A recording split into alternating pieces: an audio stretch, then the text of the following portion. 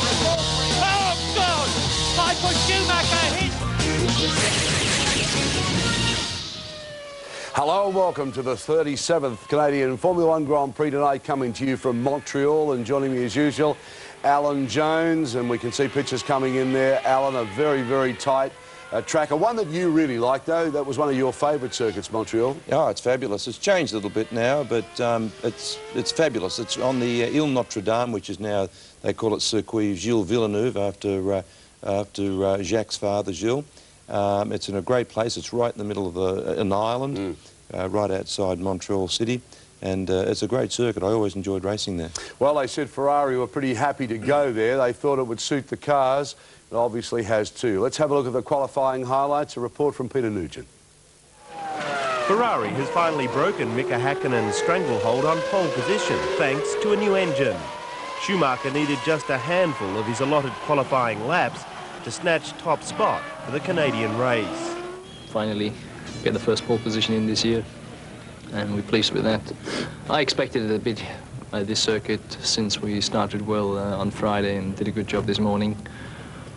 And he did some further development while I was in vacation, so thanks to that. And so we're looking good. Häkkinen's last gasp effort to overhaul the German was thwarted by traffic and yellow flags. The Finn still quick enough for second. I'm very pleased indeed. I was not able to perform in the morning as well I wanted to, and the car was not handling exactly correctly. And the engineers did again a great job to get the car right in the qualifying, and we improved the car all the way through.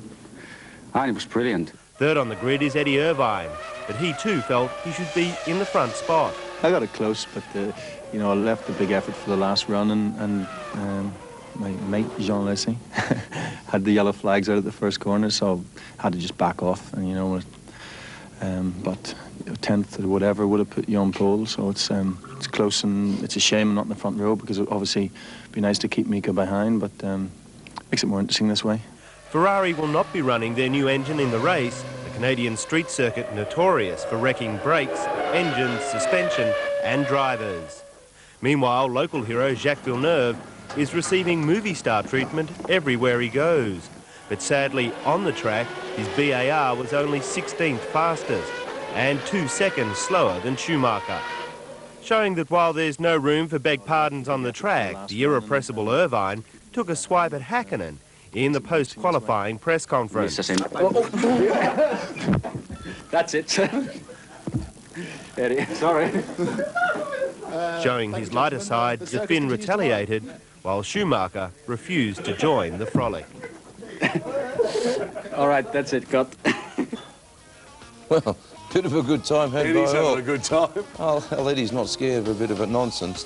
Well, there you go, Michael Schumacher's first pole for this year, and he's 21st overall from Häkkinen, Eddie Irvine, Coulthard 4th, Barrichello, good result for him in 5th, Frentzen 6th, another good result for him, Fisichella, Lacey, Trulli, Johnny Herbert, Wirtz, Zanardi in 12th, beating his teammate Ralf Schumacher for the first time, Damon Hill, Panis, Villeneuve way down in 16th, Zonta, a good result for him, first time back in Formula One, because his benchmark is obviously his teammate, so he's only just behind him. Diniz in 18th, Takagi, De La Rosa, Badois, Genet.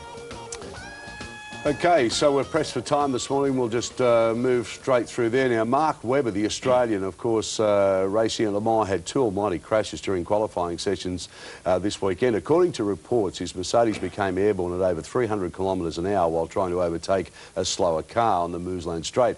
Apparently, it flipped 3 times before coming to a halt, and it was a write-off. Webber was taken to hospital and thankfully given the all clear by doctors. In fact, he just walked out and said, I'm going to race. Then it happened again. This time the car landed on its roof, and while Webber walked away from it, Mercedes decided to withdraw from the race as a safety precaution. The factory drivers protested, and the decision to continue was left to them. Then this happened. Have a look at this, AJ. I mean, they've obviously got a major problem with downforce. Well, it's amazing. I mean, look at that straight over the Armco. This is definitely the sort of stuff that puts you in hospital. Well, this is that is unbelievable. But what amazes me is that, you know, this is official qualifying for Le Mans. They had test days and goodness knows what before this, and whether they've actually altered the aerodynamics or not, but this should not be happening to the factory Mercedes. Well, 3 times in one weekend, Peter Dunbrick, the Brit driver, lucky to get out of that in one piece. And look at the height of the car as it clears the fence. Unfortunately, obviously in an area where there were no spectators, but wow, that's shades of going back to Mercedes and the old Silveros a long time ago when that massive accident happened. This is one of the problems with a sports car. They do have a tendency to get like that with the large bodywork that they have, but he was a qualifier for frequent flyer points then.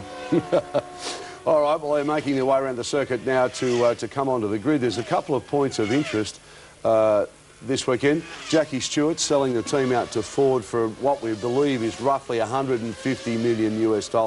Yeah, well, I can't understand that. I mean, good luck to Jackie, and he gets to stay on there with his son to run it. Paul, who I've got a lot of admiration for him, Paul's a brilliant young administrator. I just don't know why Ford had bought it. Maybe they know something that we don't know, but they'd really want to do a lot better than what they have been doing in Formula One. Yeah, well, 60th birthday for Jackie, a pretty good present. Also, Craig Pollock from the BAR team has been given a new position. He's now the chief executive of the company, and he's also responsible for all the finance help of the company, so he's taking on a huge load. Well, in all honesty, I think he was that beforehand. I don't know. I think this was just an excuse for a press release, because basically he run the whole show anyway. There is some talk of an Australian from Tasmania, Paul Stoddard, that may be trying to put together a Formula One team from bits and pieces that he purchased from Tyrrell. We'll talk about that during the race. Right now, they're coming up onto the grid, so it's probably time we take you over to Montreal now for our coverage. Murray Walker and his team, Martin Brundle, not there this time round because of the Le Mans race. Here's Murray. Up into that 14th position on the grid with Zanardi's Williams in front of him, and to the left you see Ralf Schumacher's car. As usual, watch the lights. Michael Schumacher to the right, Mika Häkkinen to the left. Behind Michael Schumacher's Ferrari is Eddie Irvine's Ferrari. Behind Mika Häkkinen's McLaren is David Coulthard's McLaren. The yellow car behind Coulthard is Heinz-Harald Frentzen. And Rubens Barrichello is in the white Stewart. And in Canada, it is... Go! Michael Schumacher moves across, cuts across. Häkkinen, Eddie Irvine trying to go up the inside, failing to do so. Are they all going to get around this one? That's it. It's a Prost again. So, and it looks to me as Jarno Trulli has gone off, but hopefully they'll be able to keep the race going. Jarno Trulli was involved last year when his car rode up onto the back of Wirtz's car, and he's out of it already. You're looking through the on-car camera here. So Jarno Trulli out of the race, but it looks to me as though the track is clear, and that's the important thing. And it was Jorna Lacey who was involved, and he was also involved. So, like last year, so Schumacher leads, he's where he wants to be in the Ferrari. Clear track in front of him. Mika Häkkinen behind him in second place. Eddie Irvine is third. Then it's Fisichella who's got ahead of David Coulthard. Down to fifth position goes the McLaren, who attacks at the hairpin, but Fisichella moves across, and Heinz-Harald Frentzen is behind Coulthard, coming through to complete lap 1 out of 69. More or less what we expected. Mika Häkkinen wasn't able to get the jump on Michael Schumacher. Yeah, just as we thought, Murray, there'd be some turmoil in turn 1. And actually, I think what happened is Lacey got a very good start, and actually got Wiley Jordan in front of him, but he just got connected there with Trulli, and the pair of them are out. That's a great disappointment to the Prost team. Well, here's the replay. You see, there is Trulli going off. He will say he was pushed off by somebody, and the wheel goes bouncing through the gravel trap. But fortunately, as I said, the track is completely clear. Now, you see Trulli there, he is going across the grass, over the curb. Well, he already lost it, Murray. Before he got to turn 1, he's already sideways and actually slid into the car in the middle of the pack. Safety car's out, Murray. And just as it was last year, and Alex Wirtz tours into the pits, and there are the Stewart mechanics. So it looks to me as though it was Johnny Herbert who was collected, because Trulli, Wirtz and Herbert were respectively 9th, 10th and 11th on the grid. And, but it may have been Rubens Barrichello. He was ahead of Johnny Herbert on the grid, and Barrichello is actually in the pits as I talk to you. Now, let's have a look. Well, there's Barrichello coming through. And yes, it is Rubens Barrichello who is hit by Trulli, charging up the inside. Jarno Trulli, the Italian in the broken cross there, charging up from 9th position, collecting Rubens Barrichello, who was 5th on the grid. Now we're with Alesi at the present moment. He goes past the Jordan, an excellent start. There is Rubens Barrichello on the left. Alesi coming through and trying to get past David Coulthard. A super start for Alesi. He's going to be very, very sick indeed about this. Off the track, on the grass, back onto the track again. And there is the broken Stewart of Rubens Barrichello. Now, the safety car stays out. The system for the safety car, as you continue to watch this replay, you see how tight it is. Very, very difficult, Mark. Very difficult indeed, but I actually feel there may have been a little bit of a move between Trulli and the Benetton there. They touched. Green flag, race is on. Schumacher leads, Hakkinen, Eddie Irvine is 3rd, Fisichella is 4th, David Coulthard is 5th, and Heinz-Harald Frentzen is 6th ahead of Johnny Herbert. And Rubens Barrichello is out of the race. Alex Wurz is out of the race. Jarno Trulli and Alesi are out of the race. So already from 22 starters on lap 3, which is we're on now, we are down to 18 competitors as a result of that mayhem at the start, with Trulli collecting Barrichello, Wurz coming in, and Alexander Wurz retiring in the pits. So you're watching now Fisichella pursued by David Coulthard. Now David's not going to be at all happy about this, Mark. He was hoping to win this race from 4th on the grid in tall order, but he's already lost a place to Fisichella. Yeah, he won't be happy about that. He's normally very good in the starts. One place where they're going to go and get this advantage for the McLaren guys is down this straight in particular, Murray. All weekend long they've been running about 10 to 12 k's quicker, and he's lining the guy up now. He's going to slide by. Watch. On the left, David Coulthard comes up and inside Fisichella, absolutely right, Mark. Beautiful forecast. David Coulthard uses the superior power of the Mercedes-Benz V10 engine over the Supertech in Fisichella's car. And we're now on lap 4 out of 69. Michael Schumacher is making them... Oh, and off goes Zonta. That's Ricardo Zonta in the BAR. He was in 15th position, so that's yet another retirement. And that makes 5 already. Rubens Barrichello out, Wurz out, Alesi out, Trulli out, Zonta out. This is what happened. Barrichello managed to get going again after the pit stop. There is Zonta hitting the wall on the exit to turn 13, which is the last corner on the track. Wow, lap 4, 65 to go. It's a long, long way. Michael Schumacher, as I said, is making the most of the fact that he's got a clear track ahead of him. And he is now 1.4 seconds ahead of Mika Hakkinen, with Eddie Irvine 3.3 seconds behind him. David Coulthard up into 4th place ahead of Fisichella and Frentzen. Now, the question is strategy. What sort of a strategy? And that is... As Alex Zanardi. This guy has some unbelievably bad luck. He's already out of this race. No, it looks like he might get going again. I truly hope so. Well, Zanardi was actually in 8th position, which is higher than he's been in any race at all this year, I think. And you can see Zonta's car. It's in a dangerous position, that car. The safety car's coming out again. This is a replay of 1998. The safety car was out 3 times last year. Very sensible. I'm sure that Charlie Whiting, who is the race director, has decided that they've got to get Zonta's car away from where it is now, because it is right on the exit to turn 13. They don't come out of it all that quickly, about 70 miles an hour, 80 miles an hour as they come out of the right angle. But that car is right at the end of the patch of concrete which runs alongside the track and onto which the cars go. And if somebody collected Zonta's BAR, it would be very nasty indeed. So here, Schumacher, Hakkinen, Irvine. It's a replay of David Coulthard pursuing Mark Blundell's forecast and going up to take 4th position in the Canadian Grand Prix. We are now on lap 5.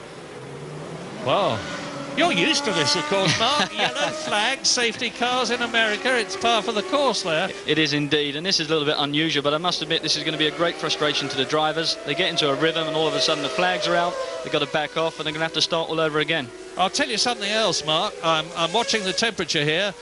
The race started 46 degrees track temperature, 44 degrees. It's now gone up to 46 degrees. It was bad enough when it started. It's even worse now. It's going to be a tough race, Murray. This is one of those tracks which is extremely hard on the cars. Reliability is going to be a big issue. And as you heard James Allen speak about earlier, McLaren, ever the committed team as they are, second to none. They flew a guy out from England on a light aircraft, got him to Toronto, then hired a private jet, dropped him off at the track 4 o'clock this morning, and those guys were in fitting new parts to the car. And they may well pay off, because those bits were brake bits, and the brakes take a terrific pounding here. Sure enough, they are retrieving Zonta's car with the tractor lift unit there to get it off the racing line. They would be coming off the concrete to the left. You can see that green patch, it's actually concrete. They would be coming out with the noses of their cars under the rear wing of Zonta's stationary BAR if they'd left it there. So more than sensible to have removed it. Yet another replay of the start, and you see Trulli losing his car, going into the Stewart, wheel off the Prost, the blue Prost, and down there Jean Lacey goes off over the curve.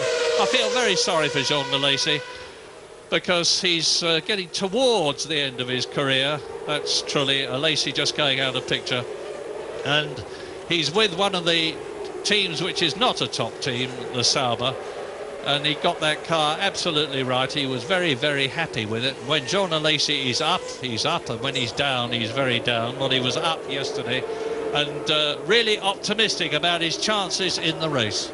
Yeah, actually, I feel sorry for Rubens Barrichello as well. Jean. Great disappointment for him. I mean, he was just in the corner there, turn one, and just got taken out by Jarno Trulli. The new Stewart 14 going to be a little bit unhappy on losing the front runner. Absolutely, yes.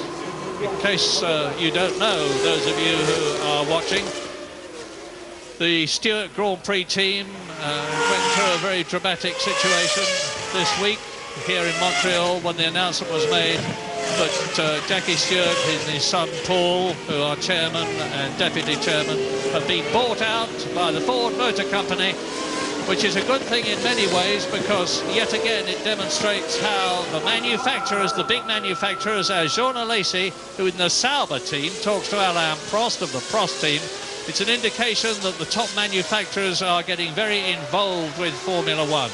It's a very, very expensive sport, and there's a lot of money there, so hopefully it's going to be even better. We're on lap 6 now. The safety car is still out. Michael Schumacher, who had worked so hard to build up a gap of 1.5 seconds over Mika Häkkinen, has seen that all disappear out of the window. And Eddie Irvine closes up on Häkkinen, so we're going to get this situation where it's go again. It's going to be go again, but first of all, I think Lacey just needed to vent a little bit of his anger off there at Alain Prost. Obviously, in his best French lingo, he was trying to find out what Trulli was up to. Mark, it's going to be a rolling start, and this temperature is now 47 degrees. It's continuing to go up. Now, they're not getting air through the radiators. Is it going to make it's going to make it worse? It is going to make it worse, and they're all bunched up together, so there's a lot of still air. And actually, we know that Rubens Barrichello, who got pushed out on that start, is actually back on the track again, but a lap down. It's not my fault. Jarno Trulli, pretty short race for him. Very much a coming man. I'm sorry to laugh, it's not funny actually. Jarno Trulli, very much a coming man. I bet he's a hot man, because you've heard about the drivers, from Tony Jardine in underwear and long-sleeved underwear and long-legged pants. The safety car's actually going to come in this lap, Murray. Right, safety car in at the end of this lap, and we're currently on lap 7 out of 69, so the race is restarting for the second time. The safety car out twice in the first 5 laps, and I have not seen that before. Oliver Gavin is driving the safety car, the man who drives for the European aviation team in Formula 3000 and does it very well indeed. When he's not doing that, he drives the Mercedes-Benz safety car for the FIA, the governing body of the sport. And there was a time last year when I thought he'd probably done more laps in the Mercedes than most of the Formula One drivers. So Oliver is going to be turning that steering wheel and coming... well, he won't be turning the steering wheel because he goes straight on when he gets to the pit lane. It's the shortest pit lane in Formula One here in Canada. And the race is about to restart from a rolling start. Watch the Mercedes. Into the pit lane. Schumacher goes, Hakkinen goes, Irvine goes, Coulthard goes, Fisichella goes. There's the patch where the BAR was. That is Hightower Frenson in the yellow car. Tucked up behind him is Johnny Herbert in the Stewart and going for it. And in 8th place is Ralph Schumacher. And look at Johnny Herbert. Now, Johnny Herbert has got a reputation to regain in 1999 because he's been very much number 2 to Rubens Barrichello, who is out of the race. And the Ford Empire is resting on Johnny Herbert's shoulders at the moment. He's a little chap, but he's got a lot of strength and a lot of determination. He's got that Union Jack on the top of his helmet, and he's going to make sure that he flies the flag today. He's got the bit between his teeth. Barrichello's actually in the race still, Murray. He's only a lap down, but I just saw him scrapping at the back of the grid there with Zanardi, and Zanardi's back on track and trying to get positions. Right, thanks for that, Mark. Yes, you spotted the fact that he's rejoined. I hadn't, but it means that Zonta is out, of course. We've seen his car removed. Wurtz is out. Lacey is out. We've seen him talking to Alain Prost, and Jarno Trulli is out. So we're looking down at the hairpin. You see David Coulthard being pursued by Fisichella's car as now Michael Schumacher, Mika Hakkinen, Eddie Irvine, David Coulthard. We've got 2 Ferraris, 1st and 3rd, 2 McLarens, 2nd and 4th, and Eddie Irvine is starting to give... Coulthard is starting to get Eddie Irvine a hard time. Yeah, Coulthard, as I said, they've got that advantage in straight line speed. McLaren have been working all weekend to maintain that advantage. They don't worry too much about carrying downforce. They're not worried about getting through the corner. They know they're going to get on the gas, and they know they're going to catch up to the guy in front. And it's also a bonus for them when it comes up to back markers. They're going to pass the back markers much easier. Yeah, but he's going to have a job to get past Eddie Irvine. You're watching David Coulthard, who at the present moment is 5th in the championship with 12 points, and there is Johnny Herbert in the white Stewart behind the yellow Jordan of Heinz Harald Frentzen, who is in 6th position. So Johnny Herbert is 1 place off a World Championship point at this early point in the race, and he's ahead of Ralf Schumacher, who is 8 seconds behind Michael Schumacher, his brother, and Ralf Schumacher in 8th position. Now, this is the hairpin. They take this at about 55 miles an hour on the apex. They approach it at 180. And from here, it's accelerating away round that kink into the fastest part of the course, building up to 200 miles an hour, which is what Schumacher is doing now as he wangs on the anchors down into 2nd gear. Now, the race at the present moment in the top 6 is the one that you are looking at. Coulthard against Irvine. Irvine looking in his mirrors. He's worried, Murray. Don't think he's not. He's got his head in his mirrors all the time. And for sure, Coulthard is going to get him sooner or later. It's only a matter of time. Where is it most likely to happen, would you guess? It's going to come off the hairpin for me. He's going to come out the hairpin, accelerate, drag down on Irvine, and slipstream, pass him into that chicane. He's going to start his lap clean, and he's going to be after his teammate Hakkinen. Now, Mark, Schumacher is staying ahead of Hakkinen. Yes, Irvine is staying ahead of Coulthard, but with not as much success. Is this a reflection on the car or the driver? No, I think it's just the pace of what they're running at the present time. Obviously, Coulthard is fighting now with Irvine. They're going to have their own battle. The 2 guys in front are actually doing pretty much similar lap times. I'm talking a 22.628 and a 22.646.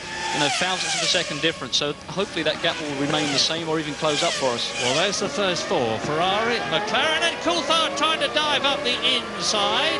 Not here, says Eddie Irvine, and not anywhere if I've got anything to do with it. But David Coulthard being very aggressive because he realises all the time that he's in danger of losing touch with the man he wants to get past most of all, which is Mika Hakkinen, his teammate, and then Michael Schumacher. There's Fisichella, Frentzen, Johnny Herbert still up there in 6th position in the Stewart. So the Stewart reliable, the Stewart fast, Johnny Herbert is on it. And take a good look when you can, when we're getting close-ups, at the front wing of this Ferrari. They have got the most enormous brake ducts on them to feed as much air as possible through to the brakes. They've got a new front wing there with those ducts on it, and they're going to need them. We're on lap 11 now, and there's 69-lap race. The earliest pit stops I'm expecting, I'm ignoring the possibility, and there is a remote possibility, that we might have some people on a 3-stop strategy. The fastest strategy is 2 stops, and I'm expecting them to come in round about lap 23. The earliest stop we had last year, when most people were doing 2-stop strategies, was lap 21. It's very difficult these days because you can have a 1-stop strategy where they'll come in early or come in late. Yeah, I think what's going to be interesting to hear is, again, we're going to talk about brakes. Some of these guys may be running on full tanks, and they may have a bigger problem with the brakes, more weight to stop. That's going to have a higher wear rate on the brakes. Some of the others may go with half tanks. It's going to be easier on the brakes, and they're going to take that throughout the whole distance of the race. Well, one thing for sure is that the Ferrari promise, you will remember, in Spain 2 weeks ago. Here's a replay coming up. Let's see what it is. It's Takagi in the arrows going off, and he's going off round about turn 7. A lot of people have been running their left side wheels, their near side wheels, onto the grass there in practice and in qualifying. Some of them going off, most of them staying on. But I was saying the strategy is going to be all important here. It's our belief that the 4 cars in the lead are both on a 2-stop strategy, and it's very, very close indeed. Michael Schumacher has just put up the fastest sector of the race so far. Look at him now. He's easing away from Mika Häkkinen. The gap is nearly 2 seconds now. He's doing it at about the rate of about 0.2 of a second a lap. Not very much, 0.2 of a second. Look at it on your watch. Well, most watches only do 1 second. But if you could just keep on doing that, 0.2 of a second multiplied by 69 would be a very nice gap at the end of the race. And I was saying that Ferrari said in Spain, where they had a difficult time against the McLarens of Häkkinen and David Coulthard there, who was second. Häkkinen won the race, and the Ferraris were 3rd and 4th. But they said this is our worst circuit of the year, Barcelona. Next one in Canada, we are expecting to do a lot better, partly because the characteristics of the car will suit the course better, partly because we've got some new stuff coming. And it looks Ferrari really are getting into the ascendancy. Yeah, it's incredible. I just turned up after a couple of years away, and the Ferrari team and McLaren in particular, they've just upped the ante. The commitment, the professionalism, it's all gone up, and the pressure on these guys is immense. Now this is Olivier Panis, pursued in 15th position by Marc Genet and Zanardi. Well, Zanardi in the Williams has got ahead of the Minardi, and so he should. He's in 17th place, Zanardi. Barrichello is still running. We haven't seen him on the screens, but he's still running. He's 1 lap down in the second Stewart, 18th, and therefore last, of course. Down the fast straight to the right, left at the end of the circuit, Michael Schumacher. Look how close he goes to that wall. And look now, the gap, I'll give you the gap between Coulthard and Schumacher on the previous lap. It was 6.4 seconds. But Mika Häkkinen is speeding up. He's just done the fastest lap of the race. Michael Schumacher has increased his lead over Coulthard in 4th place by just a mere 1/10 of a second. And Mika Häkkinen has just gone round in 1:21.9. And the lap record here is Michael Schumacher, 1:19.4. There is Johnny Herbert trying to chase down Heinz-Harald Frentzen, but there's quite a gap now. There's Marc Genet, there is it's Badeur, and there is Tora Takagi. And they are 13th and 14th. Well, now the gap between the top man, Michael Schumacher, and Marc Genet, is some 33 seconds on lap 14 out of 69. Here is the leader. Well, Ferrari looking very good indeed here, but Mika Häkkinen is keeping him in sight. Do you think that we're likely to get a surprise on strategy, and that somebody in these four is on a one-stop strategy? I wouldn't have thought so. Well, I wouldn't have thought so, but you never know. And of course, with the way that the beginning of the race went, with those yellows and the safety car deployed, people may think differently now. I mean, the race is underway. They can change their strategy as the race is going on. Häkkinen at this point needs to really start pushing.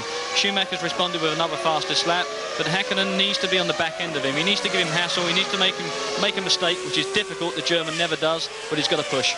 Well, you're seeing the two top men in the championship these days. Michael Schumacher's leading it with 30 points to Häkkinen's 24 points. And it's a good time, I think, lap 15 out of 69 for us to take a break.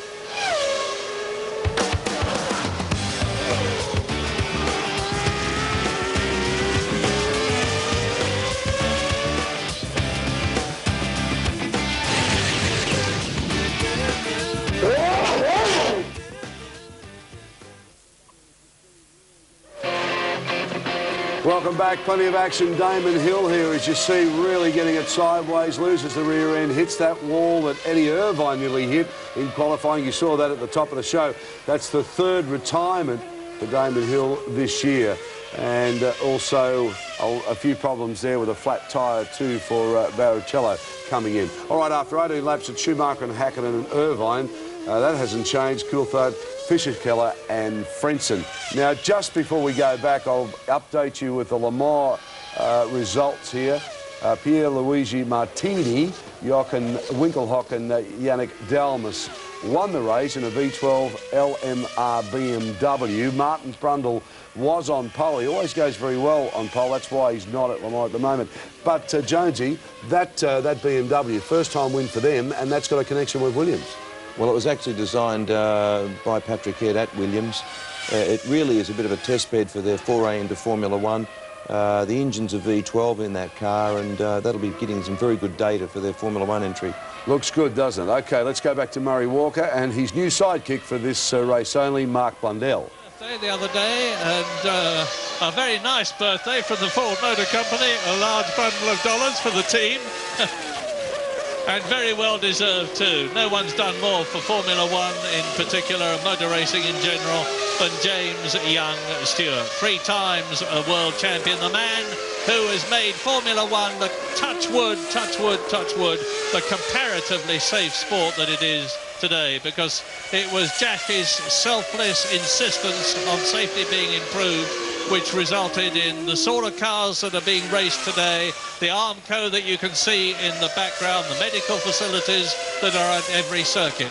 And Jacques Villeneuve is on a bit of a charge. There he is. He's in 10th position, pursuing Pedro Diniz. There is the Sauber of the Brazilian, and he's closing down on 9th place, he being Jacques Villeneuve, as they come down towards turn 10 for the 20th time in this 69-lap race. And Michael Schumacher comes through to complete his 20th lap. The gap was 3.2 seconds. Mika Häkkinen goes across the line. It's 2.8 seconds, because Häkkinen has just done the fastest lap of the race, 1 minute 21.48, and that compares with last year, just about 2 seconds slower than Michael Schumacher's fastest lap last year. I don't think we're going to see the lap times for lap records on this event, Murray, purely because of the heat. And also we've got the extra groove in those front tyres, which seems to have dropped off some of the grip for these guys. But interestingly enough, those two guys at the front, similar pace. The problem I can see at the moment is that Coulthard has actually dropped off of Irvine's pace by about 4 tenths. And that could be down to just working his front tyres a little bit too hard, trying to get by him in those early stages. Mark, when you were talking to your mates in the pit lane, were they moaning about the fact that these 1999 narrower cars on the 4 groove tyres are more difficult to drive?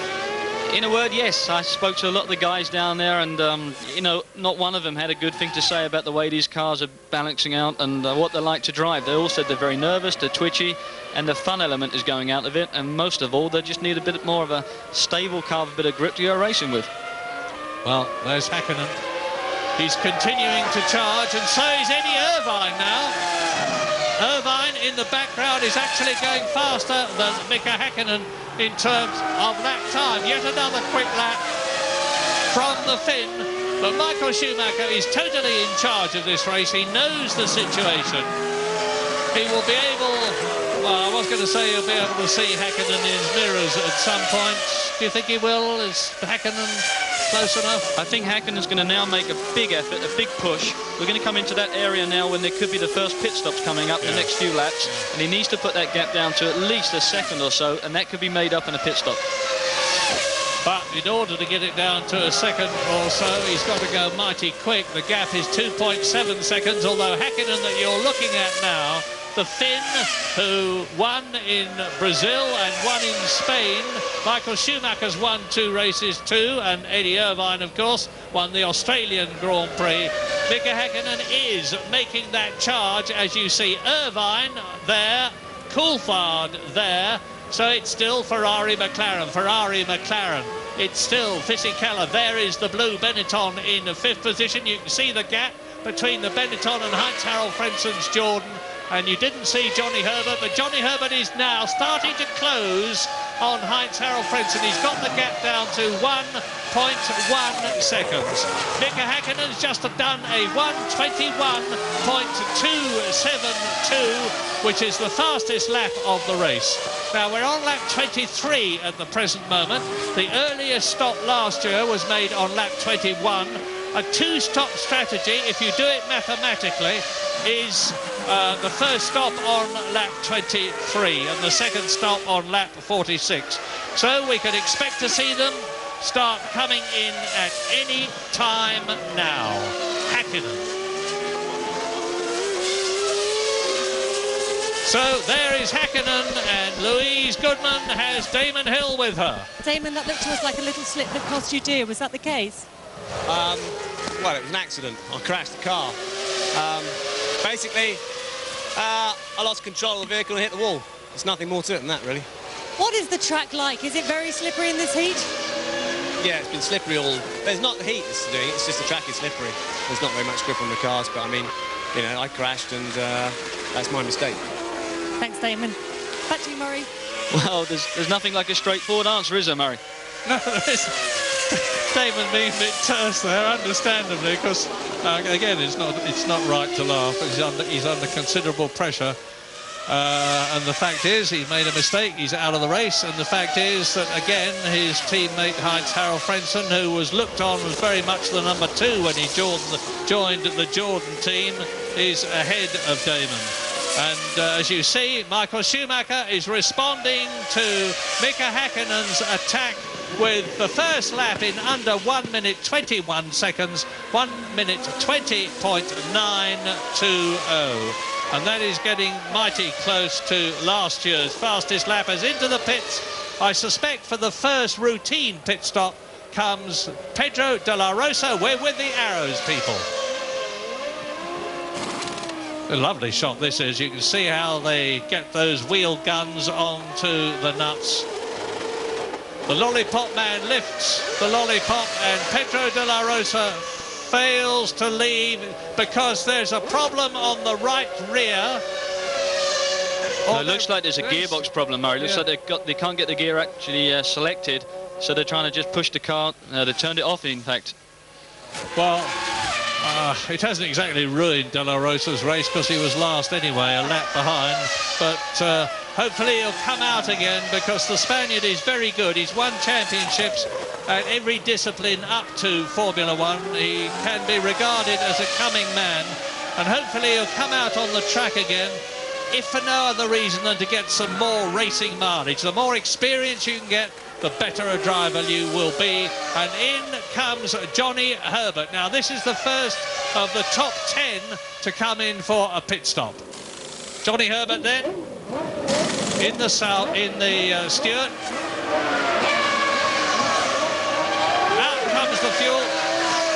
9.5 seconds for Herbert. Now, has he lost a place?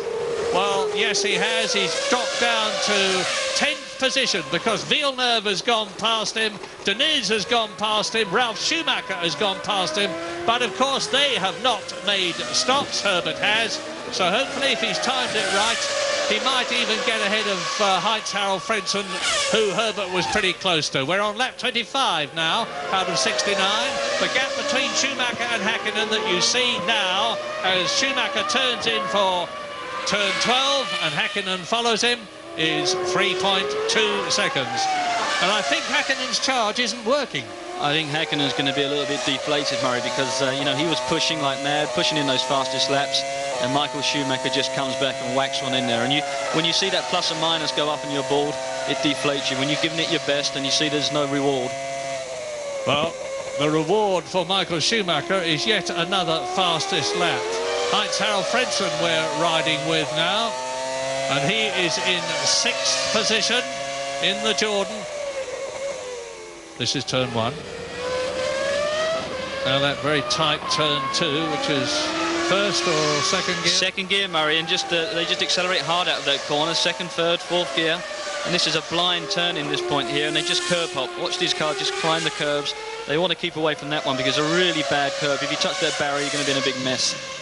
Building up to 180 miles an hour as he approaches turn 8, and Eddie Irvine and Michael Schumacher in the Ferraris seem to have control of the two McLarens, because Irvine is holding on to his 3rd position ahead of David Coulthard. The gap between the two of them is 2.5 seconds, and Schumacher, it's the question of when is the Ferrari coming in. It's lap 26 now that he is on. It's lap 27 that he's on now as Häkkinen goes through, and there's the whole length of the pit straight between Häkkinen in 2nd place, Eddie Irvine in 3rd position. The Finn turns into turn 1. He sees himself on the big screen, and sometimes, I know in the past, drivers have seen the big screen and worked out exactly where they were in relation to the opposition. Well, they're a better guy than what I am, I know that. I didn't have any time to look at big screens. You can see it's a half steering wheel that they have. It's none of the drivers these days have a complete 360-degree steering wheel, and those wheels cost a minimum, an absolute minimum of £20,000 just for the steering wheel, because so much information and control it goes through the steering wheel. They have a digital readout of their lap times. They can even control their drinks from the steering wheel. And the gear changing is operated by a couple of little paddles underneath the steering wheel. There's no gear lever as such on the modern Formula 1 car. And Michael Schumacher now on his 27th lap is increasing his lead over Häkkinen with that searing 3 laps that he put in, all of them at the fastest speed. And so Schumacher on his way. More news from James Allen. Well, I'm in the Ferrari garage, Murray, looking around for signs of activity, for signs of those first pit stops. I've had a hunch that this was a one-stop race. I'm still feeling it might be. There's no real sign of the McLaren mechanics or the Ferrari mechanics getting ready to go. But, of course, traditionally, this is a one-stop race, and what you want to do is go as long as you possibly can on the first run, because you lose track position when you make your stop. No question in my mind that Schumacher, Häkkinen, Irvine and Coulthard are all on the same strategy, but I do think that Michael's got less fuel on board than the McLarens, and that possibly accounts for some of the reason why he's been able to pull away. He may make the first stop. It's pure speculation, but at the moment, I think if he does do that, he'll be taking on about 78 kilos of fuel and going through to the finish. Well, it's very reasonable speculation, James, because we could have a one-stop as late as lap 44. We did have last year, which is roughly 2/3 of the race distance. Start on a heavy fuel load, run it down, and then you take on a fairly small fuel load so that the car is nice and light. I think McLaren may well be doing that with the fuel load. They may be running a little bit heavier load, and they're going to go the distance a bit further into the race and carry it. And, you know, at this point in time, it looks very good for McLaren. They've got 2 cars running up there. The reliability looks strong.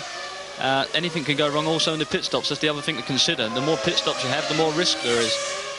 Well, looking good for McLaren, looking better for Ferrari, surely first and third. It does look a little bit better for them at this point, but, you know, I'd like to see a McLaren win this race if possible, just to make a bit more of a fight out of this championship. But, you know, first of all, they're going to have to beat Schumacher, then they're going to beat Ferrari, and that is a hard challenge. And Fisichella, meantime, that you are watching, pursued by Heinz-Harald Frentzen, is hanging in there. He's 26 seconds behind Michael Schumacher. He's in 5th position. There is Heinz-Harald Frentzen. And now there's a colossal gap between Frentzen, who's the last man in the points, in 6th position, and Ralf Schumacher. We're riding with Frentzen now. Make the most of this. I think this is the only on-board camera that we've got. And he's in that section of bends between turn 5 and turn 10, which is tremendously spectacular. Mark, talk us through it. Well, just watch the hands, Murray. Just watch Frentzen now. We've lost it already, but just think about that. There's 13 turns on this track. Every lap they're doing that, feeding back through the wheels, an immense amount of load through there. You think of the physical effort in these heat and these conditions. It draws about 4 or 5 pounds of weight off of these guys when they finish a race. Frentzen goes through the picture, and as we look down on the track, you can see Zanardi there chasing, would you believe, Luca Badoer. Mark, I'm going to pick my words very carefully here. Alex Zanardi was seen as the great white hope coming from Champ Car Racing, where he's the double champion in America and a very, very worthy one, to Formula One, as Jacques Villeneuve did. And Villeneuve jolly nearly won the championship in '96, did win it in 1997, but we'll pursue that later, because now we're going for a break.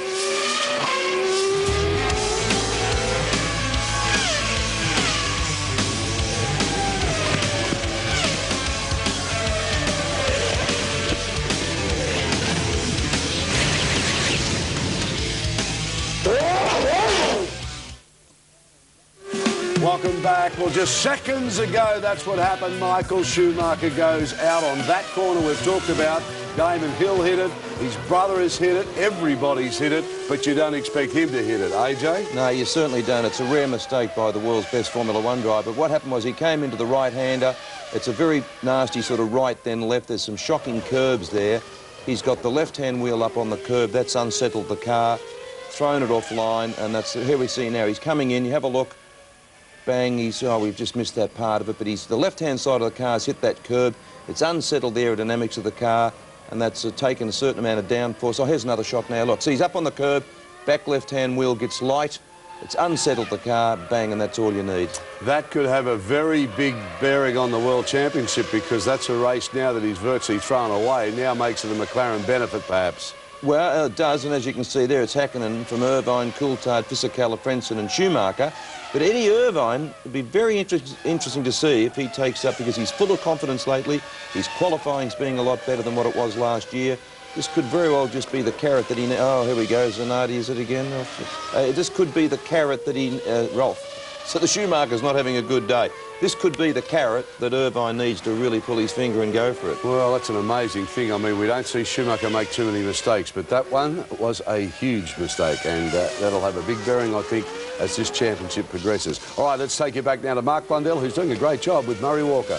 6th position ahead of Pedro Diniz. There are now only 14 cars left in this race. You may remember I said earlier on, and we're on lap 34 out of 69, a long way to go, that I would be surprised if 11 out of the 22 finished. Well, there's just 4 cars over the 11 running yet, and we're not even at half distance. As Mika Hakkinen goes through. Now, he is coming up to the battle between Takagi and Zanardi and Badoer for 10th, 11th, 12th place. And that is Ralf Schumacher. That's a replay of the Williams running off. It's exactly the same place, Murray, where Alessandro Zanardi went off earlier in the race there at the hairpin. I don't know whether the Williams got a little bit of a braking issue. Brakes, yeah. We've been talking a lot about brakes. We've been talking a lot about heat. Just think of the amount of heat that must have been put into those brakes as Zanardi, who is in 11th position, heads the race leader, Mika Hakkinen, who is now about to lap the Italian in the Williams. Yeah, Alex moves over. No point trying to resist Mika Häkkinen. He saw him coming up in his mirrors. Yeah, I wish you'd done that for me a couple of years ago. There you go. When you were both in champ cars. Yeah. So,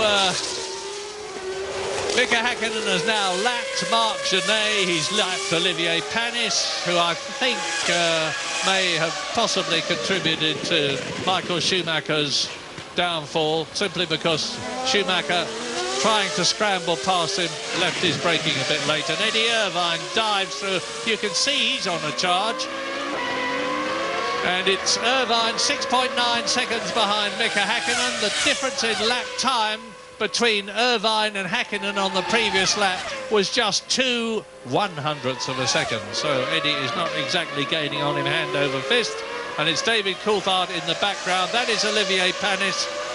And I was saying that Häkkinen has lapped everybody now up to Luca Badoa, who is in 10th place. You can see that, Damon Hill's Jordan is parked on the main straight, just a bit further up it than Zonta's car was when the Brazilian went into the chicane. There's no need to remove Damon's car. It's well off the racing line, well off the track, and it's not a hazard the way Zonta's BAR was. Now, what about Jacques Villeneuve? Talking about BAR, well, Jacques has made his way, by virtue of his speed and retirements, up to 8th position from 16th on the grid. He's yet to win a Canadian Grand Prix. I don't think he's going to win this one. James Allen in the pits. What's the news? There's Villeneuve out.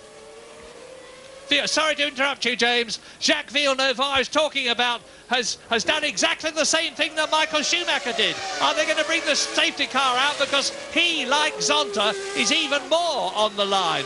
The BARs have gone out at exactly the same place, and this is jinx part of the circuit for Villeneuve, because it's where he went out exactly the same place 2 years ago in the Williams. Yeah. He's done it wrong again. This chicane is just taking a lot of victims in this race, Murray, and it's just a case of getting across those curves. It just upsets the balance of these cars. They're very light in grip as it is, and he just kicks them off into the wall. We can watch it now. Look, he's out already on the dirty. Oh, he's way out on the racetrack there. Should never have been there, but I guess it was caused by going across those curbs.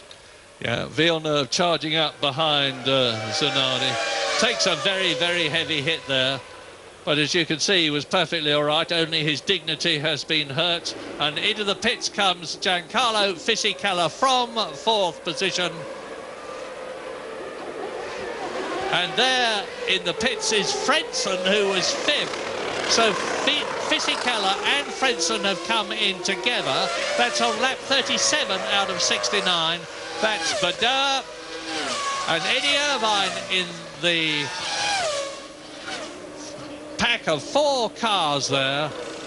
And the gap between Häkkinen and Irvine, and Häkkinen's got through that traffic. We're with Pedro Diniz at the present moment, who is in 6th position, or was in 6th position in the points. What's interesting, Murray, is the safety car's been deployed, and most of these guys have actually come into the pit lane and doing all the pit stops now. So we just have to have a look on that and see what it is for a regulation. Yes, I think that's perfectly permissible. And here is Mika Häkkinen. Now, Mika Häkkinen, race leader, making his pit stop. Now, I'm watching to see whether Eddie Irvine goes through. He should do. It should be the lead for the Ferrari. Very close. There goes Mika Häkkinen out of the pit lane. And the Ferrari mechanics have now got Eddie Irvine in. So Irvine was coming in. James. Yeah, 7/10 of a second he had over Coulthard, so it's not a great deal. Eddie Irvine is really going to struggle, I think, to keep Coulthard behind him after this. The regulations, it's no problem to him, of course, to refuel. Michael Schumacher did it last year under the safety car, if you recall, on lap 20 and went on to win the race. But I must just tell you guys, the most extraordinary thing about the reaction here at Ferrari to Schumacher's accident was the lack of reaction. They were completely impassive. I think the journalists down here were more up in arms and horrified than anybody in the Ferrari team. Everybody's allowed one catastrophic mistake in a season. Michael Schumacher just had his. He certainly did. And now the McLaren of David Coulthard, who is in 2nd position. is up behind Tora Takagi's Arrows in 10th place as they break for the hairpin, and Takagi should move over. Now this is delaying Coulthard. You remember that Eddie Irvine's been in, and any delay from David Coulthard is going to mar his chances of getting out and of the pits in front of Eddie Irvine when he comes in. So Hakkinen has stopped, Coulthard has not stopped. In comes Zanardi, the safety car there, and Fisichella has been into the pits. So everybody now down to, in fact, the whole of the field that is still running, 13 out of the 22, and into the pits comes David Coulthard.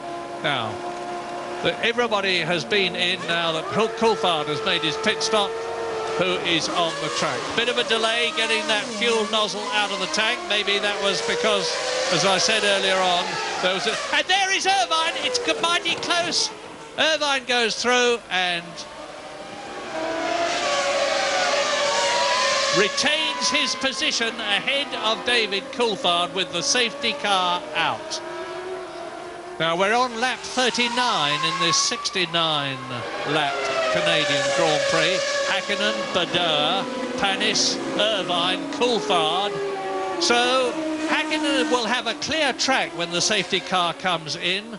Eddie Irvine and David Coulthard will not, because they will be trying to get past the battle for 11th place between Luca Badeur's Minardi and Olivier Panis's Prost. I find it very strange, Mark, to be talking about the Minardis having battles with people like Zanardi in the Williams and Panis in the Prost, because the Williams and the Prost are thought to be much quicker. This is a replay of Michael Schumacher slamming into that turn 13 wall, which must have given Olivier Panis a bit of a wake-up call. Yeah, Olivier, they just sort of got on the brakes and just puffed them and just got underneath him. But again, as we saw and as we said earlier, just a case of getting across those curves, just unsettling these cars and throwing them off the road very easily. I think Villeneuve actually may have a little bit of a problem there when he got out the car with his leg. He took a big impact and it was very frontal, so I think that may be hurting him. Yes, I noticed he was hopping a bit. Incidentally, on that turn 12, turn 13 chicane, there was concrete at the exit to turn 13 on the inside last year, which was where Michael Schumacher actually went across it inside the markers which designate the corner when he was having a battle which turned very sour indeed after the race with Damon Hill for position. And Michael Schumacher said that Damon had been extremely dangerous the way he'd weaved in front of him. Damon naturally said he hadn't. But that concrete has been replaced with grass this year. So, safety car out, lap 39. 30 laps still to go, including the one that they are on and the order. And they are tight up behind each other with the safety car going for another lap, and Eddie Irvine weaving to keep the tyres up to temperature. The order is Mika Hakkinen, McLaren leads Eddie Irvine in the sole Ferrari. The second McLaren of David Coulthard is third. Fisichella's Benetton is fourth, and Heinz Harald Frenzen's Jordan is fifth, ahead of Pedro Diniz in the Sauber. Seventh is Ralf Schumacher in the Williams. Eighth is Johnny Herbert, who's actually stopped twice. Takagi is ninth, and Zanardi in the Williams is still running in 10th position, ahead of Badeur, Panis, and that is Jacques Villeneuve. Replay. And you're right, Mark, that would have been a heck of a bump inside the car. What always worries me in that situation when they go sort of 3/4 in is that the wishbone will penetrate the tub and hit the driver's leg. Yeah, that's always a worry, but these cars are, as we know, immensely strong, and that was a big impact. That was probably in the relation of about 100 G, and you see his head gets kicked about quite violently there, but I think in all he'll be okay. He's probably a bit bruised and battered. Pedro Diniz in 6th position will be praying just to finish this race, never mind in the points. Now, you saw the car go past the safety car. What is supposed to happen, and it takes quite a long time for it to happen, is that the safety car stays out as long as is necessary to clear the circuit, and then the cars assemble behind it in the race order. So it depends where the safety car picks up the field. He'll let some of them through, So ideally, he's going to be in a position as Erja Häkkinen watches her man, again leading a Grand Prix. The safety car ideally would be in the situation where Häkkinen was leading Irvine, leading Coulthard with nobody in between them. Well, in comes the safety car, on goes the race. Now, Eddie Irvine must make a charge now to get past Panis in the blue Prost and Badeur in the silver Minardi. It's a golden opportunity for Mika Häkkinen on lap 41 with 20 laps to go. Coulthard challenges. David Coulthard passes Eddie Irvine. No, he doesn't. Out goes Irvine, out goes Coulthard. Oh, my goodness. Irvine rejoins. Now, they both rejoined, but right at the back of the field. Wow, what about that, Mark? Turn 1, turn 2 this time, and unbelievable. The two of them touched. Coulthard actually went round the long way, round the outside, got down the side of Irvine, but then Irvine just squeezed him a little bit. Coulthard took to the grass and they touched and both slid off, but they're both back on again and maybe we can see some more action. Well, we're going to see some real driving now because Irvine still in second place, down at the back of the field after losing that second place. He's going to be straining every muscle to fight his way through the field. Here is a replay. Watch David Coulthard on the outside of turn 1 and now the inside of turn 2 hitting Eddie Irvine. There'll be contention about whose fault it was. Well, it was a bit 50-50 in some respects. Coulthard made the move, squeezed Irvine down on the apex of that curving. Irvine took his line and squeezed David a little bit there, and both round they go. It's like the waltz. Well, I must say that looking down on it from above, it looked to me as though Eddie Irvine had got a full car length ahead of David Coulthard. Here it is. Just watch it now. He's going the long way round.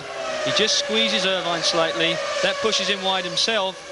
And then Irvine just stays on line, which he's entitled to do. In DC, has to take to the inside just a little bit too much across the grass. And, of course, there's no grip. Well, what does all this mean? It means that Häkkinen is leading the race and David Coulthard coming into the pits. Well, this is going to blow it wide open as far as the second McLaren, not the first. Mika Häkkinen is still way out there in front with a clear track being pursued by Fisichella, who is now second. Heinz-Harald Frentzen is up into third. Ralf Schumacher in the Williams is fourth. Herbert is in the points in the Stewart in sixth position ahead of Pedro Diniz. And at the back of the field, Eddie Irvine and David Coulthard, even worse for Coulthard because he's now been in for that pit stop. And Mika Häkkinen, look at the gap. Mika Häkkinen out on his own.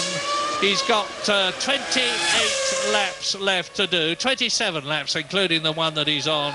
And it's a stroll home to victory provided he can keep going. Because Fisichella is lapping 1.4 seconds slower. There's Fisichella in the blue car as Panis has a go at Badeur. There are two battles here. Panis in the blue Prost chasing Badeur with the red wishbone, and behind them the battle between Fisichella and Frentzen for second place. Fisichella in the blue Benetton, Frentzen in the yellow Jordan. And the battle between Badeur and Panis is a lap. It's almost a lap behind Fisichella, paradoxically, although they're ahead of them on the track. They're on very nearly on different laps. So this is the man to watch now is Frentzen.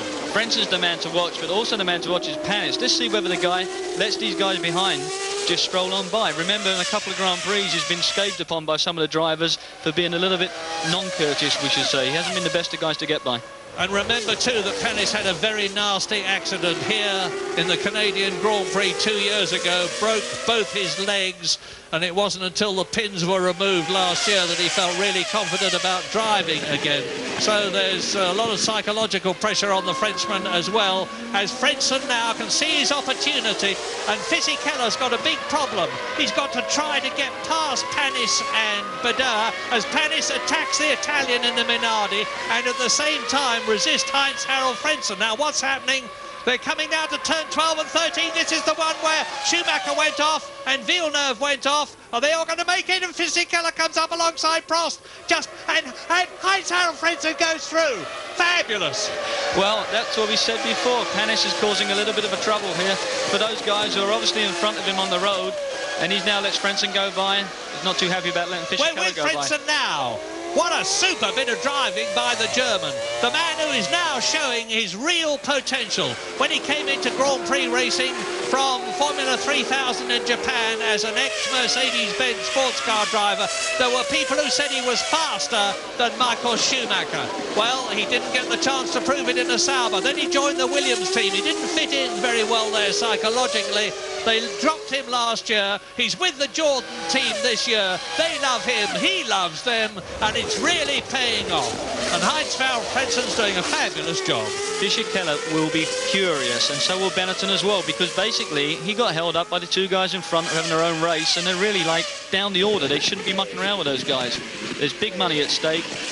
Frenzen's in there, Jordan got the position, and I'm sure there'll be trouble about this after. Well, Luca Badoer has not shone this season, but he's managing to stay ahead of Heinz-Harald Frentzen at the moment, but not very much longer, I think. There, we're with Frentzen. There is Badoer in front of us, and wham! Straight past. Now, hard on the brakes. Beautiful. It is room to spare where Schumacher went off, where Villeneuve went off. And Fischer-Keller now has got the problem of getting past his countryman Luca Badoer, and the Italian moves over, lets Fischer-Keller through. He's still ahead of Panis, and it's all mixed up on different laps now. Hakkinen is on lap 45. Panis is nearly 2 laps down now, as this terrific traffic jam with Eddie Irvine coming up behind Pedro Diniz. Irvine is now up into 7th place. I seem to remember reading in the publications what a boring sport Formula One is. Eat your words, my friends. This is magical stuff. Look at it. Luca Badoer, the Italian in the Minardi, is causing a traffic jam as Panis tries to get past him. And as we watch them now, and Eddie Irvine clawing his way through the field. We're going to leave Montreal for a while, but we'll be back soon.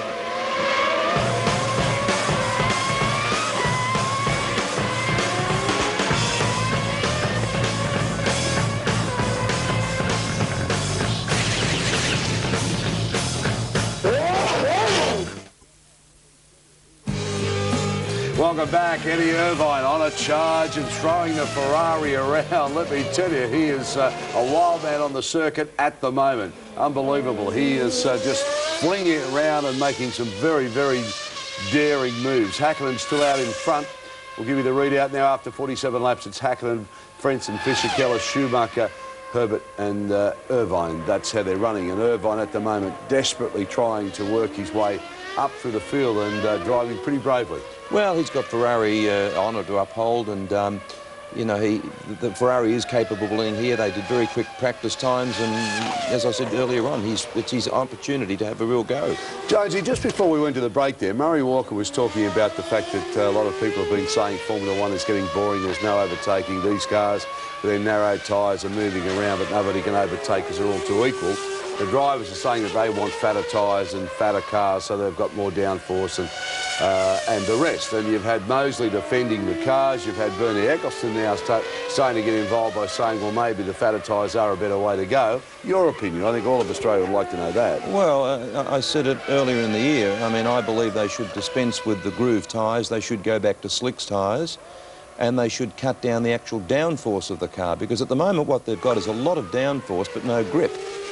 And when the car gets slightly out of line, it just lets go without any warning at all. I'd prefer to see slick tyres, no grooves, but less downforce. And I think that would make it'd still give the car a lot of slidability, but I think we'd see a lot more racing. You'd hardly say this race has been boring. No, this race hasn't been boring, but we have had some boring Formula One races. We need to see some more overtaking. Back to Mark Blundell and Murray Walker. Rule about passing more than 3 blue flags. Yeah, that could be a possibility there, but Hakkinen is still pushing in 21s. He's a couple of attempts faster than Heinz-Harald Frentzen at this point. 16-second advantage for Hakkinen. We just have to make sure that he keeps a nice, gentle pace and doesn't get carried away. Go, Eddie! People are shouting here, and look at him. He's now up behind Johnny Herbert, and there is Ralf Schumacher coming towards us in 4th position in the Williams. So 4th, Schumacher. 5th, Johnny Herbert. 6th, Eddie Irvine. Pedro Diniz is dropping back in 7th position. He's 2 seconds. There he is in the background behind Eddie Irvine. And Ralph Schumacher, and Eddie is really going for it. He went in very deep then into 1. He's trying to make up the advantage under braking. Got to be careful. He nearly locked up and slid into Johnny Herbert there. Just put the pressure on and see whether he makes a mistake.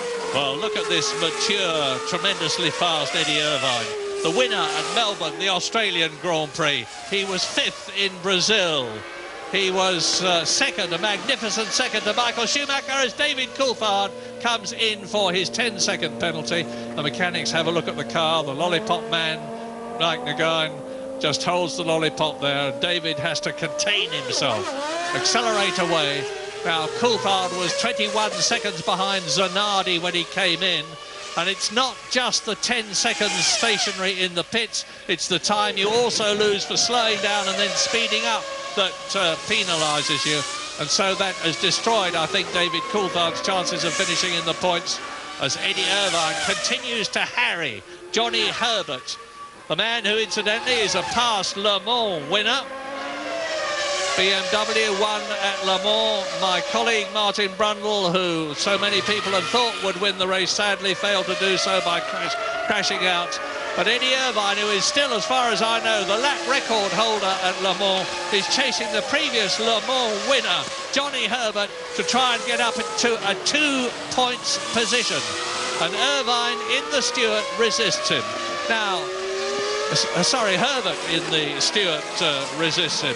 Johnny Herbert has only had a 10th place this year. His teammate Rubens Barrichello has had 2 points finishes this year, a 3rd and a 5th, and Irvine continuing to shove. And Johnny Herbert quite cool, quite calm, utterly implacable. This is his 135th Grand Prix as off goes Sandro Zanardi. Did he manage to avoid Luca Badoer? Yes, he did. Oh, Eddie getting it very out of shape. Eddie's pushing. He's really pushing like mad here. He wants to get on the back of Herbert, get by him, and get after Ralph Schumacher. He wants that podium position, Murray. What about his tyres? What about his brakes? Well, you know, at this point in time, they're holding up well. Doesn't seem to be any issues. He's braking as hard as he can. We've seen that with the smoke pouring off his tyres. And he's certainly running as hard as that Ferrari can manage. Lap 52 out of 69. Ralph Schumacher. There is 4th. Johnny Herbert and Eddie Irvine, 5th and 6th. And Mika Häkkinen is going marginally slower in the lead than Heinz-Harald Frentzen, who is still in 2nd position ahead of Fisichella. But Häkkinen continues to lead by 16 seconds as we get a replay here of Zanardi and Badoer battling for that position. Badoer holding it while Zanardi goes off.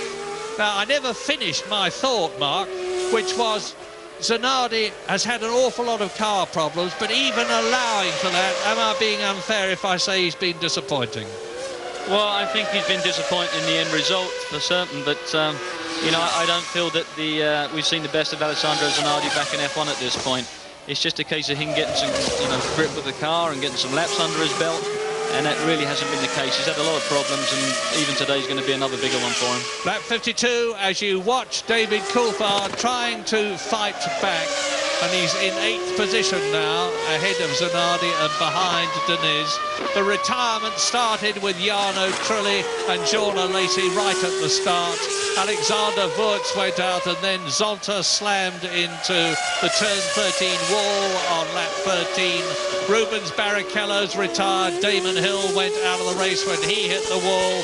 Pedro de la Rosa is out. Michael Schumacher hit the wall in the same place. And Louise Goodman has news. Yes, I'm standing by here with Michael Schumacher, Murray. Michael, we're not used to seeing you make mistakes, but I presume that's what we saw this afternoon. Yeah, that's true. I seem to make one a year, and I hope that is the last one I make this year. But it was very clearly a mistake by myself.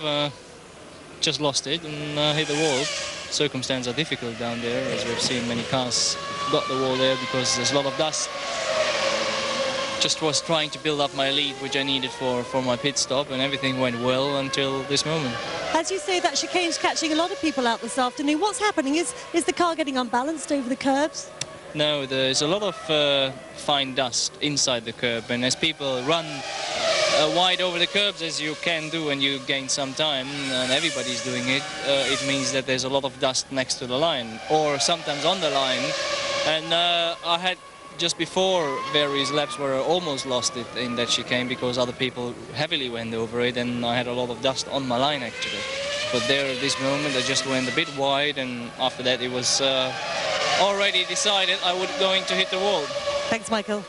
Well, a totally calm, cool, collected and dispassionate Michael Schumacher. And past Johnny Herbert goes Eddie Irvine all over the place. They both go over the apex of turn 13, and Eddie Irvine's gigantic push has succeeded. He is now up into 6th position. Well, to finish my previous thought, a totally calm assessment of the situation, which is no less than you'd expect from Michael Schumacher. Replay. Eddie Irvine courageously dives inside Johnny Herbert. They both go off the track. There won't be a penalty, I think, because I don't think either of them suffered. I may be wrong there. It depends on the judgment of the stewards. And look at the way Irvine had to fight to retain control of that Ferrari. Yeah, we called it a tank slapper in this business, Murray. Eddie just got underneath him coming into the last chicane there. Took him in real deep, and I think it was best for both of them that they took the wide exit and ran on the grass. Certainly there's going to be some dust on that corner now, that's for sure. Lap 54, 15 to go, top 6, Mika Häkkinen 15 seconds ahead of Frentzen, who is closing but not all that fast. Fisichella is right behind Frentzen in 3rd place. Ralf Schumacher in the Williams is 4th. Eddie Irvine is now 5th ahead of Johnny Herbert. We're going for a break.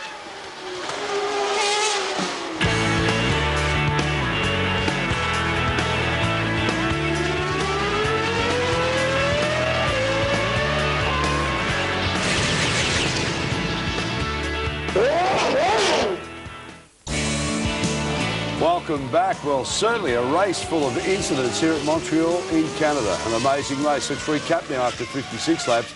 Mika Häkkinen still doing a terrific job out in front. Frentzen, he sits in 2nd. Fisichella is 3rd. Ralf Schumacher is next, then Irvine and Herbert. Now, Jonesy, it's interesting to notice once Eddie Irvine got past the steward car. Well, that's what I was saying very quickly before, Darryl. It took him several laps, a lot of laps, to finally get past Johnny. Now look at the gap that he's pulled out now. I mean, it's night and day. And now he's closed in on Ralf Schumacher unbelievably quick. It'll be interesting to see how long it takes to get past him, unless Ralf cooperates a little bit. And that's the argument that you're putting up about passing, isn't it? Well, that's right. I mean, it's, you know, we saw Eddie stuck behind Johnny Herbert for lap after lap after lap. The minute he gets past, he draws away by over a second a lap. He's dragged in Ralf Schumacher like no tomorrow. And unless Ralf cooperates, we should see him stuck behind him for several laps. Back to Murray. Is he going to be there very much longer? 3 points for 4th position, 2 points for 5th position, 1 point for 6th place, and they are battling for 4th and 5th. They being Ralf Schumacher, Williams, Eddie Irvine, Ferrari, and all credit to Ralf Schumacher. He's proved himself to be a chip off the old block. He's had a 3rd place in Australia, and he's had 2 other points positions this year in a Williams which is by far a long way from being the best they've ever produced, and has also got the Supertech engine, which is a customer engine in comparison with the very, very powerful, some 800 horsepower Ferrari V10 engine of Eddie Irvine's car. So Schumacher is driving an absolute storm of a race. He's very mature. He's come on leaps and bounds since last season. But watch the Williams team, Murray. I think those guys are going to lift up the pressure a little bit. They're going to get some performance. They're doing a lot of testing in the next couple of weeks, and all the Williams personnel are pumped up about it. Irvine going for it. Dodges out from behind Schumacher's rear wing. Is this where the superior power pays off? Yes, it does. On the approach to where Eddie Irvine moved up ahead of Johnny Herbert, and Irvine is now up into 4th position. Now the gap between him and Fisichella is some 12 seconds, and even the way Irvine is flying, actually his last lap was marginally slower than Fisichella's. So Fisichella is looking extremely good for another podium, as we see a replay here in Canada of Eddie Irvine taking Ralf Schumacher. And if Fisichella gets that third place podium following his second place here last year, which will be a rich and well-deserved reward for the Benetton team. Another replay. You see a masterly passing move. Yeah, masterly passing move. He just got underneath the rear wing of Schumacher, went a long way around. Had it all to do when he got here because he needed to gather it up slightly, took a bit of speed in. His lap time will be a little bit slower for that lap because of that traffic there with Ralph Schumacher. He had to make the move, but watch the guy again now. He's going to start to put the pressure on and the lap time's going to drop and he's going to be after Fisichella. Well, we were all talking about the future of Eddie Irvine before the race began, and there's a lot of speculation, but Ferrari, in my opinion, and it's none of my business admittedly, would be very unwise to let Eddie Irvine go. He's a supremely good driver. He reckons, although some of his remarks were misquoted, that he's as good as Häkkinen, who we're looking at now and is leading the Canadian Grand Prix, and David Coulthard, who is down in 8th position. So at the present moment, it looks as though only one of the McLarens, and we're on lap 60 out of 69, is going to finish in the points. And yet again, it will be Mika Häkkinen. And just as Frentzen has been going better than Hill in the Jordan team, just as Barrichello up to this race has been going better than Herbert in the Stewart team, so Fisichella has been going better than his teammate Alexander Wurz. And you can see now, Heinz-Harald Frentzen has got Fisichella, who's on a charge, and Eddie Irvine is going faster than ever. We've got a tremendous battle developing for second, third and fourth, because there's Fisichella, and ahead of Fisichella in the yellow Jordan is Heinz-Harald Frentzen looking for another podium, and about 11 seconds behind them is Eddie Irvine, who, having got clear of Johnny Herbert and Ralph Schumacher, is on a terrific charge. He's just done the fastest first sector. He's gone faster than he's ever been in the second sector, and I'm going to be interested to see how it compares with the fastest lap of the race, which is Michael Schumacher, 1:20, just a minute, 1:20.7. in comparison with last year's fastest lap, 1:19.4 by Michael Schumacher. And look at Frentzen. Oh, there is Frentzen. Irvine's done another fastest lap. He's in 4th position. He's got the gap down to under 11 seconds. Herbert and Deniz now are fighting for 6th position. So Häkkinen is out on his own. Frentzen has got Fisichella, who is 3rd, right behind him. Eddie Irvine is catching Fisichella and Frentzen. Ralph Schumacher and Johnny Herbert are starting a battle with Pedro Deniz for 5th, 6th and 7th position. 11 competitors left out of the 22 who started. Good stuff. Time for a break.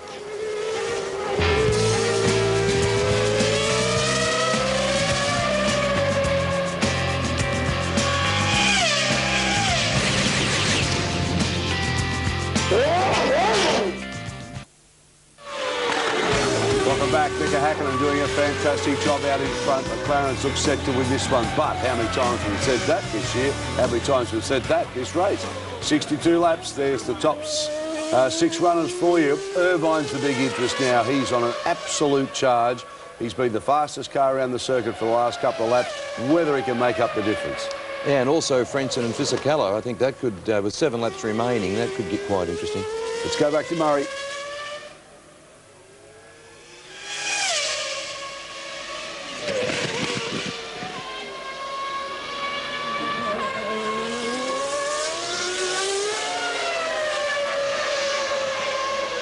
It is the 63rd lap out of 69 at the Canadian Grand Prix, and Mika Häkkinen is stroking the McLaren home to a seemingly certain victory, which would be his 3rd of the year and would put him back, it would put him into the lead of the World Championship. Not back into the lead of the World Championship, he's never been in it before this year. Eddie Irvine started off in the lead of the championship with his victory in Australia. He retained it in Brazil. Michael Schumacher took it over in Imola and retained it at Monaco and then again in Spain. But now, if Mika Häkkinen gets those 10 World Championship points to Michael Schumacher's none, it would mean that the Finn would go ahead of the German in the World Championship. But it's going to be a very different situation in the Constructors' Championship because Ferrari would still be holding their lead.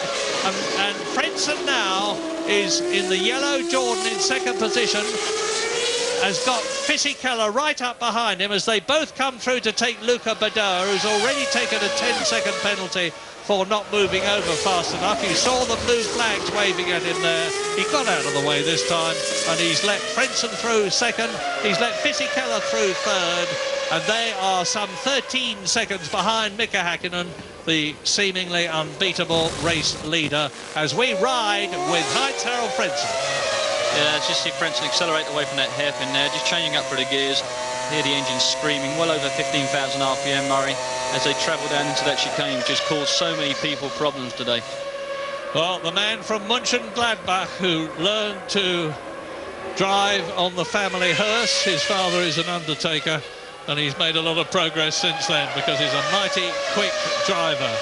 And Heinz-Harald Frentzen's just got one race victory behind him. He's finished second 3 times before, and I think he's going to finish second this time. He's on his 65th lap now, and the lap times between him and Fisichella in the blue car are identical. It's a rich reward, I was saying earlier on, for Benetton if Fisichella finishes where he is now, because they've done an awful lot of work on the car, which they had handling problems with earlier on in the season, and it would seem that they've got things under control. And Fisichella has got dominance over Alexander Wurz in the Benetton team. And he's closing up. He's easing up on Heinz-Harald Frentzen. But as I've said many times in the past, catching up is one thing, getting past is another. Yeah, well, we've seen that many times today, Murray. But one thing for me, what's significant here is the fact that Mika Häkkinen has only collected 2 points from 7 starts at this event in Montreal. So psychologically, he's going to walk away from here feeling very good about today. Yes, it's the same here as it was in Monaco, because for years Monaco was a jinx circuit for Mika, and then he brilliantly won there last year. And it looks as though the same thing is going to happen again here. Eddie Irvine now is only 6.5 seconds behind the battle for second place between Frentzen and Fisichella, but the leaders are now on their 66th lap, and well as Irvine is driving, and he's driving superbly, he's going to have a problem. But look, he's close up. Is that Fisichella in front of him as they come? And off goes Frentzen. Well, right in the closing stages of the Canadian Grand Prix, just as Damon Hill went off, Heinz-Harald Frentzen goes off. Is he all right? He's waving his hand there, and that is Alex Zanardi, the Williams driver, looking pretty unhappy. Now the steering wheel is off. Now, I'm a bit worried about this, because if Frentzen was okay, he would be getting out of the car himself. Well, not too sure what's going on there, Murray. At this point, we didn't see the accident, and he obviously looked in some sort of pain. And we're coming up now with a replay. All we see is the end of that accident when he took a very severe hit going backwards. It looks like turn 3. That looks like that corner there looks just under braking. He's lost it and straight into the barrier. A bit hard, as you say. Mika Häkkinen goes past him, and this is guaranteed a victory for Mika Häkkinen, because Fisichella, who's now moved up into second place, which is where he finished last year, is some 13 seconds behind him. Eddie Irvine moves up into third place. Out goes the safety car again, so they are not happy about Heinz-Harald Frentzen. And I think we're going to see, for the first time ever, a Grand Prix finish behind the safety car. You've got experience of this in Champ Car racing, Mark. It looks as though, sadly, we're going to see the wrong sort of history made in Formula One, with the yellow flags out and the board there which tells Mika Häkkinen by the letters SC on it that the safety car is out. But just for the record, in this worrying stage of the race, on lap 67 out of 69, Häkkinen leads Fisichella. Irvine is in third position. Frentzen is still in the car. His legs trapped. It could well be. He went into the barrier sideways. There may be an element of suspension punted through the monocoque. And as we saw, the safety car went out, but the medical car did follow. So something's up. Yeah, Frentzen is obviously conscious and talking to the marshal. Again, just to complete the record, Ralph Schumacher is 4th, Johnny Herbert is 5th, Pedro Diniz is 6th, David Coulthard is 7th. Mika Häkkinen goes through and is now on his 68th and penultimate lap, closing up on the safety car. And I can't see this race finishing any other way than behind the silver Mercedes-Benz safety car. Not the way Mika Häkkinen would have wanted to win this race. And a rather downbeat finish. Fisichella will be closing on the McLaren. There he is. There is Giancarlo Fisichella, but he'll know the safety car's out, and he's just got to take up station behind Mika Häkkinen. And Eddie Irvine will be the next to come into the picture in the Scarlet Ferrari, because he'll be bearing down on Mika Häkkinen, race leader. Giancarlo Fisichella, 2nd position. Last year's winner here in Canada. Oh, and out goes Heinz-Harald Frentzen. I'm very, very happy to see him walking, albeit supported, and it means to say that his legs are all right. He's obviously very, very with it, and that is an enormous relief. But we're now on lap 68, and you see the first 3 together. If the safety car does pull off, we're going to have a mighty exciting finish to this race, because there's swerving Eddie Irvine. Now, is the safety car coming in? It's going to be an absolutely fantastic last lap if he does, because Häkkinen has got Fisichella behind him. No, the safety car goes on, and they are now on their 69th lap. The full race distance is 69 laps, or they will be in a moment when they cross the line now. There's the safety car, and 1st Häkkinen, 2nd Fisichella, 3rd Irvine. That's Badoa, who has long since been lapped, of course. In fact, he's been lapped twice, and he's down in 10th position. And we're on lap 69, and we are indeed seeing Formula One Grand Prix history made. The prospect as Heinz-Harald Frentzen's very, very broken Jordan is removed from the field of a Grand Prix, finishing behind the safety car, which is, frankly, as it should be. Well, hopefully everything is all right with Frentzen, but it seems that there's information come across from the pit, Murray, that there may have been a brake problem there with the Jordan, which would explain the speed that he went into that barrier. So, Mika Häkkinen leading the touring competitors that remain in this race. My forecast was about right, not that I'm particularly proud of it under the circumstances. 10 cars are going to finish this race. Of them, only 7 will be having completed the full race distance. With a victory, the 3rd of the season for Mika Häkkinen, to put him into the lead in the World Championship.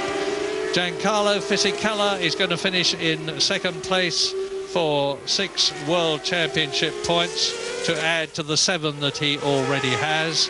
Eddie Irvine, 3rd for Ferrari, yet another podium position, which will reinforce his right to drive for Ferrari again next year, which I believe he very much wants to do. Ralf Schumacher, an excellent 4th after all sorts of problems in practicing and qualifying over the last 2 days. Johnny Herbert, a superb first 2 World Championship points for himself, driving in the Stewart team, and very good news for Stewart, for Ford, with the Ford top brass from Detroit here at Montreal. 6th position will be Pedro Diniz, followed by David Coulthard, out of the points. Only 1 McLaren in the points. Marc Genet 8th, Olivier Panis, and Mika Häkkinen wins in Montreal. The flags wave, he surges across the line, and Fisichella 2nd, Irvine 3rd, Ralf Schumacher 4th, Johnny Herbert 5th, Pedro Diniz another point for Sauber. So McLaren win, Benetton are 2nd, Ferrari are 3rd, Williams are 4th, Stewart are 5th, Sauber are 6th. That's 6 different constructors in the top 6. David Coulthard fails to score for McLaren. Marc Genet is 8th in the Minardi. Olivier Panis is 9th, a lap down, as was Genet. Panis in the Prost. Luca Badoa, the last to finish on the track, 10th position, 2 laps down. I suspect Heinz-Harald Frentzen will be classified 11th home, notwithstanding the fact that he will have been 4 laps adrift.